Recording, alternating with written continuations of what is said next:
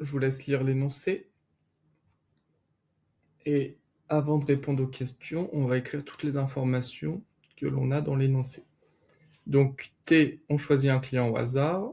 T, c'est le client loué une bicyclette traditionnelle. Et on vous dit que 60% des clients ont loué une bicyclette traditionnelle. Donc c'est-à-dire que P de T égale 60 sur 100, ce qui donne 0,60. Les autres, donc c'est-à-dire les 40%, ont loué une bicyclette électrique. Donc ça veut dire que la probabilité de T bar est donc de 40%, 40 sur 100, ce qui donne 0,40. Ok. Parmi ceux qui ont loué une bicyclette traditionnelle, donc là, ce qui est important, c'est qu'on sait que la personne a loué une bicyclette traditionnelle. Donc on sait que la personne a loué une bicyclette traditionnelle.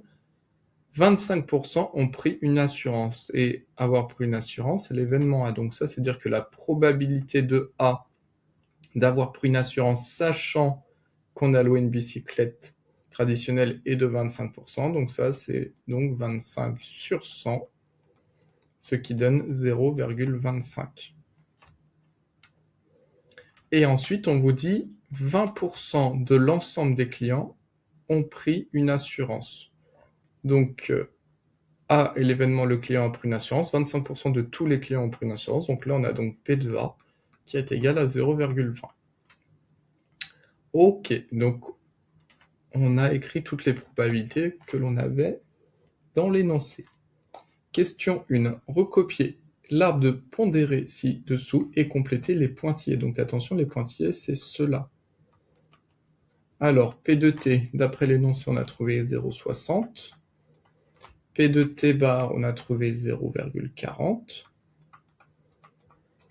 P de A, d'avoir une assurance sachant qu'on a loué une bicyclette traditionnelle est de 0,25, donc ici 0,25. Et là, 0,75, car la somme doit être égale à 1. Et comme on vous dit de compléter les pointillés, c'est-à-dire que là, vous n'avez rien à mettre ici, rien à mettre là. On n'a pas les informations dans l'énoncé. Et on ne s'est pas servi d'une information, c'est que P de A égale 0,20, sauf que P de A, on ne peut pas l'écrire dans l'arbre, donc on garde cette information de côté, elle va sûrement nous servir juste après. Donc question 1, voilà ce qu'il fallait compléter. Question 2.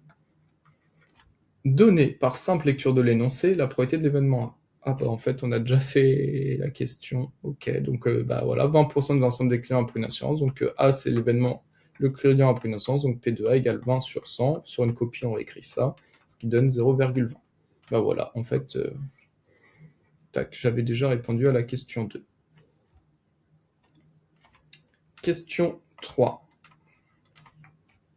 Montrer que la probabilité que le client ait loué une bicyclette traditionnelle et ET, donc là ça me fait penser tout de suite à l'intersection, et qu'il ait pris une assurance est égal à 0,15.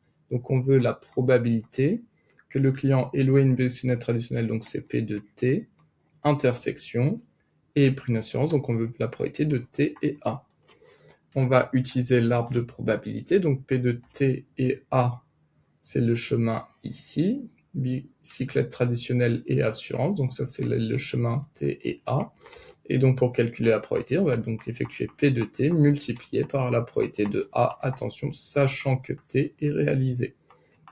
Ce qui donne 0,6 fois 0,25. Multiplier 0,25, c'est 1 quart, donc 1 quart de 0,60, c'est bien égal à 0,15. Tac. Question 4. Montrer que la probabilité de P de T bar et A, donc c'est quel chemin? C'est le chemin ici, T bar et A, c'est le chemin qui est là. Donc la probabilité de ce chemin est égale à 0,05. Alors celle-là, on peut rester bloqué si on ne l'a jamais vue. Parce qu'ici, on n'a pas l'information.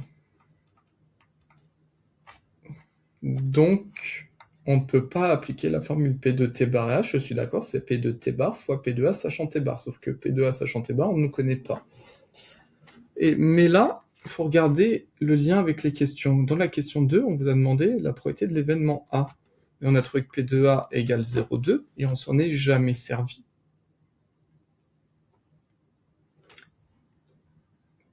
Si on vous demande de calculer P de A dans l'arbre, regardez si je dois calculer P de A. P de A, c'est donc le chemin P de T et A bar, ce qu'on a calculé à la question 3,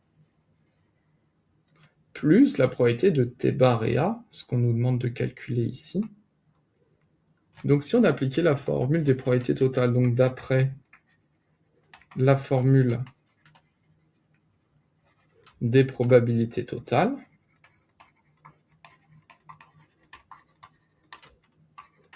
pourquoi j'ai eu l'idée de cela? Parce que P de A, on ne s'en est pas servi encore.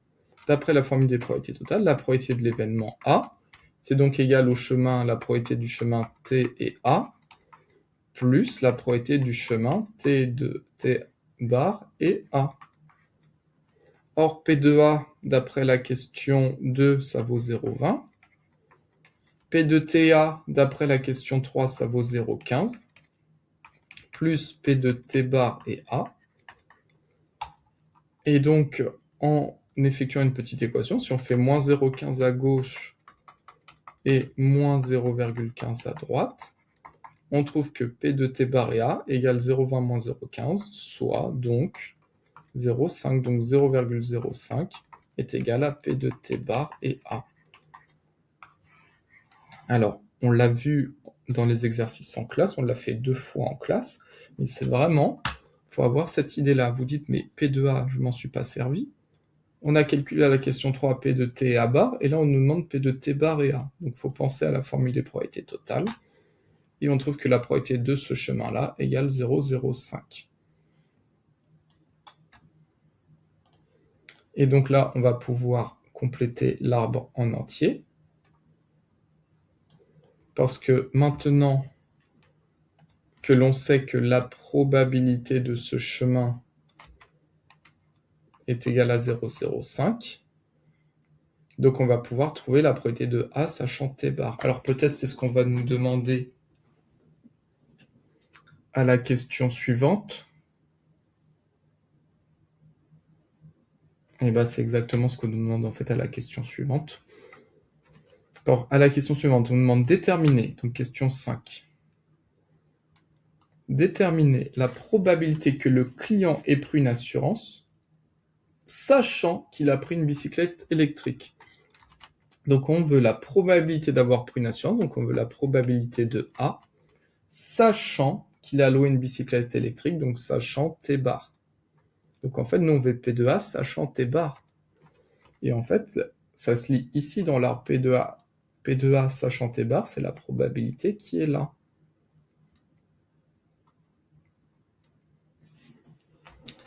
Donc c'est ce que l'on veut. Et donc comment on va la trouver? Donc on peut appliquer la propriété du cours. P de A sachant T bar, c'est donc P de T bar et A divisé par la probabilité de T bar. Ce qui donne P de T bar et A, donc la probabilité du chemin T bar et A, question 4, la probabilité du chemin, on a trouvé 0,05, divisé par la probabilité de T bar, 0,4. 0,40. Et on vous demande de mettre le résultat sous la forme irréductible. Donc ce que l'on va faire pour mettre sous forme irréductible, c'est que là on va faire, je vais multiplier, donc vu qu'il y a 2 chiffres après rigueur, on va faire fois 100 au numérateur et fois 100 au numérateur. Fois 100 au numérateur, fois 100 au dénominateur, donc ce qui va donner 5 sur 40. Et 5 c'est 1 fois 5, 40 c'est 8 fois 5. Donc ce qui donne sous forme irréductible 1/8. Donc ça c'est la forme irréductible. Voilà, donc P de A sachant T bar, ici on a 1/8.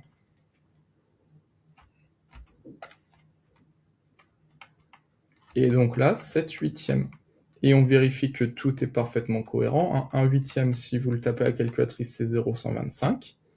Donc si on effectue 0,40 fois 0,125, on trouve bien 0,05. Donc tout est parfaitement cohérent. Voilà pour la correction de cet exercice.